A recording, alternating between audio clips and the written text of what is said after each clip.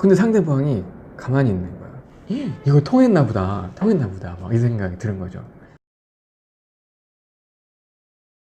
안녕하세요, 현실 변호사 홍변입니다.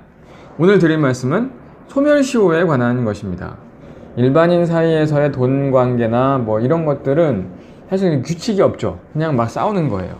그냥 뭐 야 이 새끼야 이렇게 해도 되는 거고, 뭐 지금 끝까지 몇십 년이 지나도 돈을 받으러 쫓아갈 수도 있는 거고, 안 주고 도망다녀도 되는 거고, 뭐 그렇습니다. 근데 이제 사실 이제 소송으로 가면 조금 그 게임적인 요소들이 몇 가지가 추가됩니다. 그 대표적인 게 바로 소멸시효라는 겁니다. 일반적으로 그 이제 소멸시효라는 거는 권리가 너무 오래됐기 때문에 너는 권리를 상실했다라고 민법에서 정해주는 것입니다. 근데 사실 그렇잖아요. 어떤 사람이 돈을 빌렸으면 그 사람이 돈을 갚을 때까지 당연히 갚을 때까지 갚아야 되는 거잖아. 빌렸으니까. 남의 돈 쓴 다음에 뭐 몇 년 지나면 태태 뭐 없다 나 끝 이렇게 되는 건 아니잖아요. 인간의 삶이라는 게, 인생이라는 게 그렇지 않습니까? 근데 이제 참 민법에서는 소멸시효라는 걸 정해놔가지고 너무 이제 권리를 행사를 안 하면 그냥 없어진 것처럼 봐주겠다, 없어진 걸로 본다는 거죠. 그렇기 때문에 이게 소송에서는 진짜 강력한 무기가 됩니다. 이게 소멸시효라는 게 기본적으로는 10년이에요. 근데 이게 상행위와 관련된 것들에서는 5년이고, 그 다음에 민법에 단기 소멸시효 3년짜리 뭐 1년짜리 이런 것들이 또 규정이 되어 있습니다. 근데 실제로 소송에서 이 소멸시효를 깜빡하고 있는 경우가 덜어 있습니다. 소멸시효는 워낙에 다 적용되는 거다 보니까 좀 깜빡할 때가 있습니다. 그러다 보면은 뒤집기 한 판이 될 수가 있어요. 근데 사실 당하는 사람 입장에서는 굉장히 짜증납니다. 왜냐면 소멸시효가 인정됐다고 하는 거는 기본적으로 그 권리 자체가 인정이 됐다는 거잖아요. 그러니까 내가 너에게 돈을 받을 게 있다는 건 인정이 되는 건데, 그 다음에 소멸시효 때문에 좌절이 되는 거잖아요. 그러니까 이걸로 뒤집게 당한 사람들은 진짜 억울하죠. 그건 좀 안타까운 일입니다. 근데 뭐 민법이 그렇게 정해놨는데 어떻게 해. 이제 소멸시효는 중단이 되기도 해요. 중단의 개념을 쉽게 알으려면은 정지하고 비교를 해보면 금방 알 수 있어요. 좀 헷갈리는 개념이거든요. 이제 정지는 그 옛날에 카세트 테이프 아실지 모르겠는데 거기에 보면은 그 네모난 게 정지 버튼입니다. 그 다음에 두 줄 가 있는 게 일시정지 버튼이에요. 그거 누르면 어떻게 되죠? 그 자리에서 멈추죠. 그때부터. 다시 플레이를 누르면 갔다가 멈춘 데 다시 시작합니다. 일시정지 버튼 누르면 잠깐 멈추죠. 그리고 계속 갑니다. 정지라는 개념은 가는 게 잠깐 신호등에 걸렸다가 계속 가는 거예요. 중단이라는 말은 법률적으로는 갔다가 중단됐다 그러면 다시 처음으로 돌아오는 개념이에요. 그래서 소멸시효는 중단도 되고 정지도 됩니다. 근데 정지 같은 경우는 뭐 천재지변이나 이런 거, 그래서 그 누구도 청구할 수가 없었을 때 그때는 일시정지가 되는 거고, 중단이 되는 경우가 있는데 이런 거는 뭐 예를 들면은 재판상 청구를 했다든지 소송을 했다든지, 채권자가 소송을 했다든지, 안 그러면은 압류를 걸었다든지 가압류를 걸었다든지, 안 그러면은 피고가 자진해서 돈을 주거나 뭐 이행을 했다든지, 그러면은 소멸시효가 중단이 돼서 다시 처음으로 돌아갑니다. 그 기간이. 그러니까 10년 소멸시효 기간 중에 7년쯤에 내가 채무자가 돈을 줬거나, 안 그러면은 원고가 그 채권자가 재판을 걸어서 확정이 됐다거나, 그러면은 그때부터 다시 10년인 거예요. 그 다음에 만약에 소멸시효가 다 완성이 되었다고 하더라도 10년이 완성돼서 더 갚을 필요가 없어. 그런데도 불구하고 채무자가 이행을 했다. 그러면은 이건 소멸시효 이익의 폭이라고 봐가지고 다시 돌아가요. 10년, 그때부터 10년. 11년째 갚았다? 그러면은 그때부터 다시 10년 시작하는 거거든요. 소멸시효는 주장하지 않으면 판단 안 해줘요. 그러니까 소멸시효 다 지나도 껌뻑껌뻑하고 있으면 그냥 재판 끝나면 소멸시효가 지난 거라도 승소 확정될 수가 있는 거예요. 이런 요소들이 이제 재판을 게임처럼 만들어주는 요소인데요. 만약에 소송을 하시게 되면, 특히 이제 민사소송 하시게 되면은 이 기간과 관련된 것들을 꼭 잘 보셔야 됩니다. 소멸시효는 기본이고, 특히 이제 이게 상사 소멸시효 같은 경우는 5년인데 상사 소멸시효에 걸리는 것들이 상당히 많습니다. 요거에 관련된 이제 저의 뭐 하나 경험담을 말씀드리면, 제가 이제 맨 처음 변호사 됐을 때 저는 뭐 아무것도 모르니까, 뭐 많은 변호사들이 그럴 겁니다. 아무것도 모른다는 게 진짜 아무것도 모른다는 게 아니라 법정의 분위기나 아니면은 이게 어떻게 돌아가는지 그런 것들은 전혀 뭐 나가본 적 없으니까 익숙하지가 않잖아요. 그러다 보니까 이제 법정에서 깨지고 뭐 상대방한테 그 밀리고 판사님한테 깨지고 막 이런 거를 뭐 계속 당하고 있었죠. 그리고 물론 이제 나중에 투입됐기 때문에 내가 영향력은 발휘할 수가 없었지만 많은 소송에서 계속 지고 막 이래서 완전히 이제 멘탈이 붕괴돼가지고 아주 바닥에 깔려가지고 이제 바닥에 붙어버린 그런 시간들이 좀 있었어요. 근데 이제 그때 맡게 된 사건이 대여금 사건이었어요. 대여금 사건. 빌려주고 매일매일 이제 장사를 하시면은 거기서 그날 번 돈에서 가서 하루에 뭐 얼마에다 이자들 받아오시고 도장 찍고 뭐 이렇게 해가지고 돈을 빌려주시는 분이 원고, 그다음에 빌린 사람이 피고였어요. 근데 정말 희망이 없었어요. 왜냐면 대여금 사건인데 1심을 지고 오셨었거든요. 증거가 이제 원고가 수기로 기록한 장부였어요. 본인이 쓰긴 했지만 워낙에 오랜 기간 동안 작성이 돼 있는 거였고, 그분이 아니라 다른 사람도 많이 있었고, 별도의 증거로 이제 꽤나 신빙성도 높았고 그런 상황이었어요. 없어. 이길 수 있는 게 없었어요. 돈은 빌린 것도 확실해. 가뜩이나 이제 멘탈이 붕괴된 상태였는데 그 사건을 보고 더 붕괴가 돼가지고 진짜 울고 싶은 심정이었어요.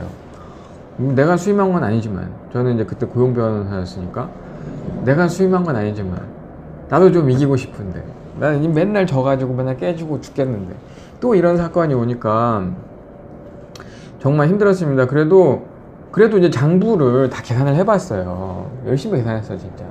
한 3년치를 계산을 했어. 근데 이상하게 그 장부가 마이너스가 나오는 거예요. 마이너스가. 아니 어떻게 장부가 마이너스가 나오지? 아까 계산을 했어. 그랬더니 막 마이너스가 플러스가 되고 막 그러더라고요. 저도 좀 이상했는데 아무튼 그렇게 써서 냈어요. 근데 이제 알고 보니까 제가 뭐 공을 한 0을 뒤에 0을 한두 개 빠뜨려가지고 그런 이제 말도 안 되는 계산법이 나온 거예요. 그래서 상대방이 아주 신나가지고, 이런 멍청한 놈 이것도 못 보냐? 눈이 있으면 눈이 삐었니? 뭐 거의 그런 내용의 준비 서면. 눈이 삐었니? 여기 분명히 보면 공이 2개다. 너는 공을 못 봤나 본데 그러니까 이 마이너스가 나오지 멍충아. 이게 어떻게 마이너스가 나오니? 그 거의 뭐 서면이 저한테 말을 하는 거예요. 이거 어떻게 마이너스가 나오니 멍청아. 이거 플러스야. 이거 왜 이렇게 맞아? 내 계산이 맞아. 라고 해서 온 거예요. 완전 부끄럽잖아. 진짜 최악이잖아. 정말 저는 쥐구멍이 있었다면은, 쥐구멍 없어 저는 파서 들어가고 싶었는데 그 화면을 받아보고 얼굴 화끈거리는 거예요. 근데 그때 상대방이 실수한 게 뭐였냐면, 상대방이 너무 신나가지고 사건의 경위에 대해서 쫙 쓴 거예요. 이 사건은 피고가 원고에게 돈을 빌린 게 맞다. 근데 원고는 어떤 일을 하고 어떤 일을 해가지고 이렇게 하는 사람이었고, 피고는 어떤 일을 하는 거였는데, 피고는 원래 반찬 가게를 운영하다가 통닭집을 할 생각으로 이 돈을 빌린 것이다. 그래서 통닭집도 장사가 잘 되고, 그래서 뭐 그랬는데도 불구하고 돈을 차일피일 미루더니 안 갚기 시작한 것이다 라고는 뭐 풀스토리를 쫙 써놓은 거야. 근데 보니까 그때 정말 그 막 할렐루야 막 이런 그 노래가 들리는 듯하게 그 반찬 가게, 치킨 가게 이 글자가 눈에 들어온 거예요. 이게 무슨 의미냐면, 그 상사 소멸시효는 아까 제가 말씀드렸다시피 5년이잖아요. 그 장사를 하기 위해 빌린 돈, 이런 거는 그 보조적 상행위로 봐서 상사 소멸시효가 적용이 돼요. 둘 중에 한쪽만이라도. 이쪽은 뭐 무허가 일수였지만 뭐 그걸로 비워볼 수 있었겠지만, 이 너무나도 명확하게 원고가 말하고 있잖아. 반찬 가게, 치킨 가게 하려고 돈을 빌렸다고. 맞아. 그게 맞아. 실제로. 그러니까 완전 상사 소멸시효가 적용되는 거야. 5년이. 정말 혹시 라는 생각이 들어서 다시 기록을 펴가지고 세봤어요. 5년이 넘었어. 피고가 마지막으로 돈을 준 때로부터, 그 마지막으로 돈을 줬다는 거는 그때 이미 변제기가 지났다는 거고, 그때부터 5년이 넘었어요. 그게 많이 넘지도 않았어요. 그때 한 6년 7년 그게 넘은 거예요. 근데 이제 저도 그 당시 저도 제 자신을 못 믿었기 때문에 이게 상사 소멸시효가 맞을까? 막 두근두근 하는 거지. 막 이길 수 있는 거야? 정말 막 더 떨려. 그때 이제 조정이 잡혀 있었거든요. 그래서 막 두근두근한 심정으로 정말 맞는 거야? 다른 사람한테 물어보고. 근데 나도 날 못 믿으니까 나 이렇게 얘기했다가 상대방이 또 아유 멍청한 놈, 얘가 너는 뭘 모르고 있냐 이렇게 말하면 어떡해. 너무 불안하잖아요. 근데 그 조정장에 갔어요. 역시나 상대방이 이제 기세등등하게 전액 청구하죠. 저는 줄 수 없다. 그래서 이제 조정위원들도 왜 못 주냐? 당연히 줘야 되는 거 아니냐.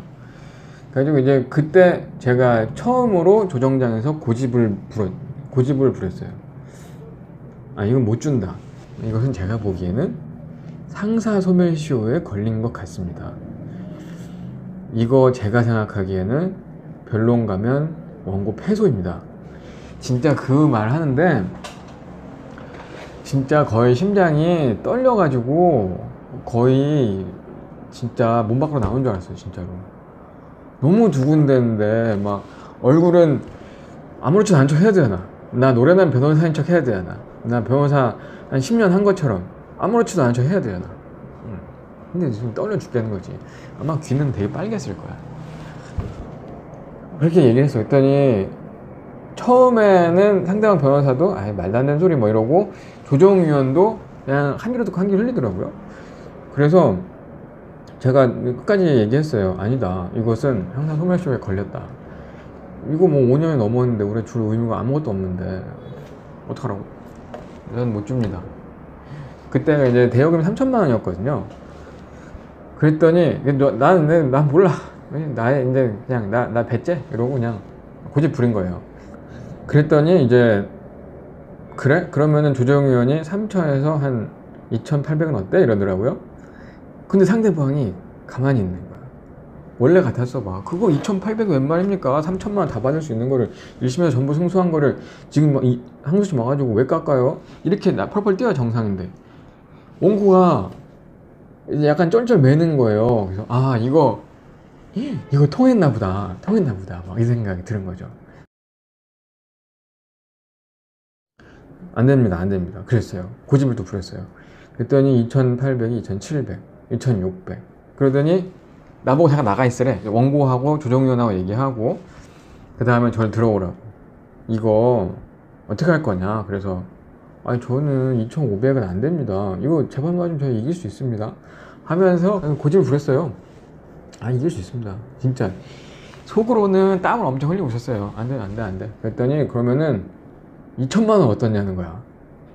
금액이 막 떨어지잖아. 정말 이게 되는 거야? 속으로 막 되는 거야? 그래서 1,500만 원 어떠냐? 안 된다. 야 진짜 이거 이제 뭐 이렇게 2판 4판 끝까지 가자. 안 된다. 1,000만 원 어떠냐? 의뢰인에게 물어보겠습니다. 거기서 이제 처음으로 생각할 시간을 달라 이렇게 된 거죠. 나가서 전화를 해봤어요. 의뢰인인데 되게 조금 나이가 많으신 아주머니였는데 사실 잘 모르시잖아요. 그래서 변호사님은 어떠냐고. 그래서 재판에서 제가 그 당시에 증거를 좀 수집하다 보면은 우리가 승인한 게 나올 수도 있고 뭐 이자를 지급한 게 나올 수도 있고, 그래서 소멸시효가 중단됐다는 사유가 드러날 수도 있잖아요. 내가 모르는 사유들이. 그런 걸 판단해 봤을 때는 3천만 원 중에 600만 원 정도는 조정해서 주는 게 좋겠다라고 생각을 해가지고 이제 조정장에 들어와서 600만 원에 하겠습니다. 그랬더니 오케이, 조정위원도 오케이, 상대방 변호사님도 거의 죽을 맛이지, 그렇게 하시죠 라고 하게 된 거예요.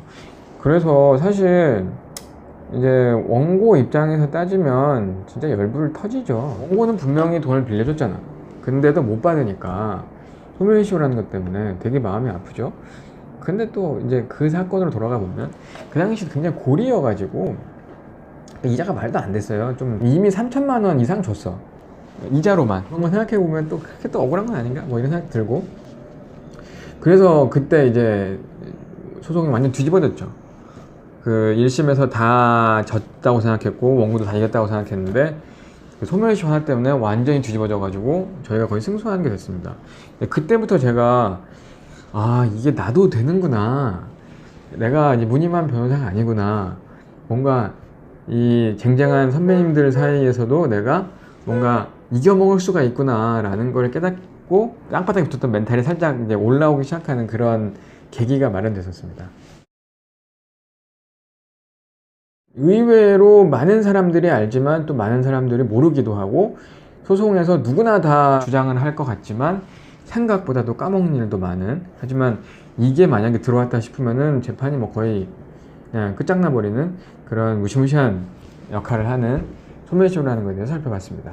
다른 영상으로 다시 찾아뵙겠습니다. 안녕.